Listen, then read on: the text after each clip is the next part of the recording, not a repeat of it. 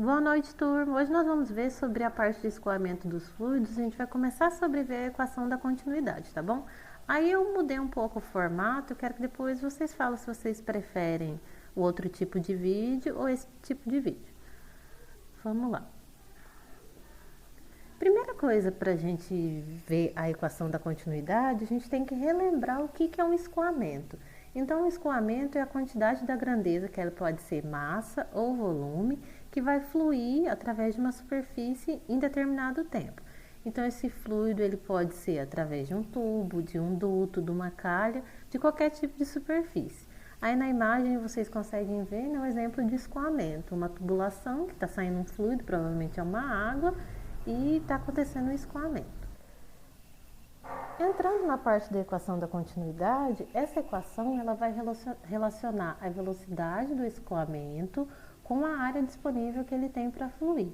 É importante a gente observar que essa situação ela vai estar em regime permanente, ou seja, nesse ponto que a gente vai considerar que é o A1 com a velocidade 1 e o A2 com a velocidade 2 do nosso exemplo, eles vão permanecer iguais. Então, se a gente observar em vários tempos, a velocidade vai estar igual. Como nós vimos, o escoamento ele relaciona as grandezas de massa e volume. Então, a conservação de massa, que também faz parte da equação da continuidade, a gente considera um fluido que ele tem uma determinada densidade. Lembrando que a densidade é o quilogramas por metros cúbicos, então a gente considera a massa quando a gente fala em densidade. Se ela escoar por uma tubulação sem variações, a massa de um ponto vai ser igual à massa de outro. Então, a gente consegue comparar as vazões mássicas, que no ponto 1 vai estar igual no ponto 2. Vamos relembrar a forma da vazão mássica, que a gente tem densidade vezes a velocidade vezes a área. Se a gente igualou os dois pontos, a gente vai igualar essas duas equações. Então, a vazão mássica de um vai ser igual à vazão mássica do outro. Então, a densidade de 1 vezes a velocidade do ponto 1 vezes a área do ponto 1 vai ser igual à densidade do ponto 2 vezes a velocidade do ponto 2 vezes a área do ponto 2. Se nós tivermos uma variação de pressão e de temperatura bem baixa ou nenhuma variação, a gente consegue considerar que as duas densidades desses dois pontos são iguais. Então, a gente corta e a gente vai ficar com função apenas de área e velocidade.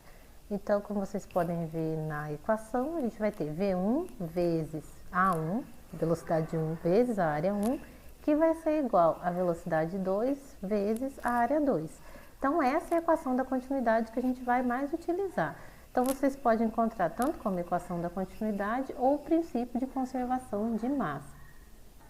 E trazendo um pouco, né, para a vida real de vocês, onde que a gente encontra essa equação da continuidade? A gente consegue aplicar nos sistemas de distribuição de ar, né, nos dutos. Então, a gente consegue calcular a parte de vazão, de área necessária, de velocidade, com a equação da continuidade. Vamos ver um exemplo agora de como a gente consegue aplicar a equação da continuidade. Então, considerando um fluxo de água num condutor de 15 centímetros quadrados de área, com a velocidade de 8,5 centímetros por segundo.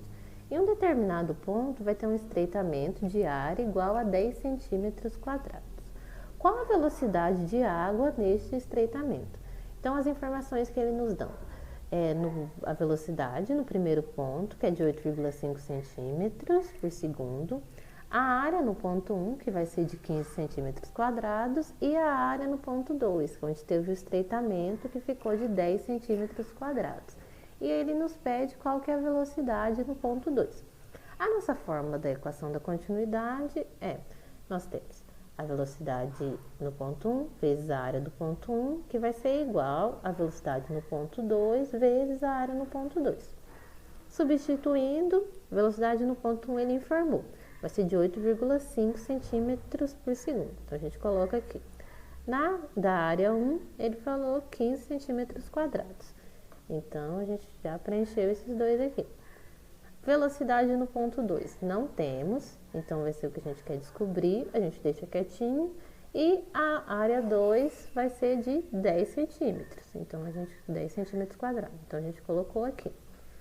Beleza, fazendo desenvolvendo 8,5 vezes 15, 127,5, e esse aqui a gente manteve, ficou 10, só mudei a ordem, 10 vezes a velocidade no ponto 2 que não temos. Esse 10, ele está multiplicando o valor que a gente quer descobrir, né, a nossa incógnita.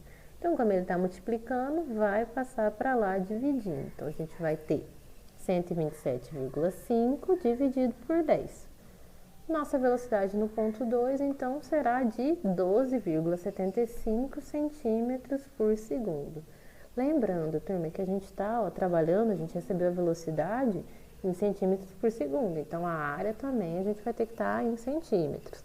Se ele tivesse te dado a velocidade em metros por segundo, a área teria que estar em metros quadrados, tá bom?